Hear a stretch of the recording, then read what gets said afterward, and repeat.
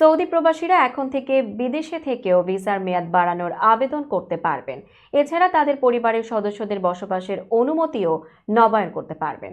Saudi passport অধিদপ্তর জাওয়াজাতের বরাত দিয়ে এই তথ্য জানিয়েছে মধ্যপ্রাচ্যের সংবাদ মাধ্যম গালফ নিউজ।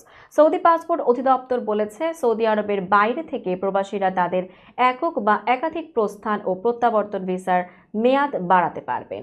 এছাড়া প্রবাসীদের জন্য নির্ভরশীল সদস্য ও গৃহকর্মীদের বসবাসের অনুমতি নবায়ন করতে পারবেন। নির্ধারিত ফি পরিশোধের পর এই সেবাগুলো ইলেকট্রনিক প্ল্যাটফর্ম আবসার এবং মুকিম পোর্টালের মাধ্যমে গ্রহণ করা যাবে বলে গালফ নিউজের প্রতিবেদনে বলা হয়েছে। সৌদি আরবে বিপুল পরিমাণ প্রবাসী বাস করেন। দেশটি তাদের শ্রমবাজারকে আরও চাঙ্গা করার জন্য বেশ কিছু সংস্কার চালু করেছে। সৌদি কর্তৃপক্ষ বলছে, শ্রমিকদের চুক্তিভিত্তিক অধিকারের সুরক্ষা নিশ্চিত করার লক্ষ্যে এসব কর্মসূচি হাতে নেওয়া হয়েছে।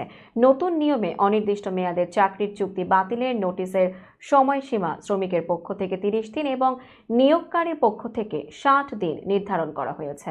অন্যদিকে শ্রমিকরা যাতে সমান সুযোগ থেকে বঞ্চিত না হয় এবং ক্ষতিগ্রস্ত না হয় তা নিশ্চিত করতে নিয়োগদাতাদের বাধ্য করা হয়েছে। গালফ নিউজ আরও জানিয়েছে, সৌদি আরবে মাতৃত্বকালীন ছুটি 10 সপ্তাহ থেকে বাড়িয়ে 12 সপ্তাহ করা হয়েছে।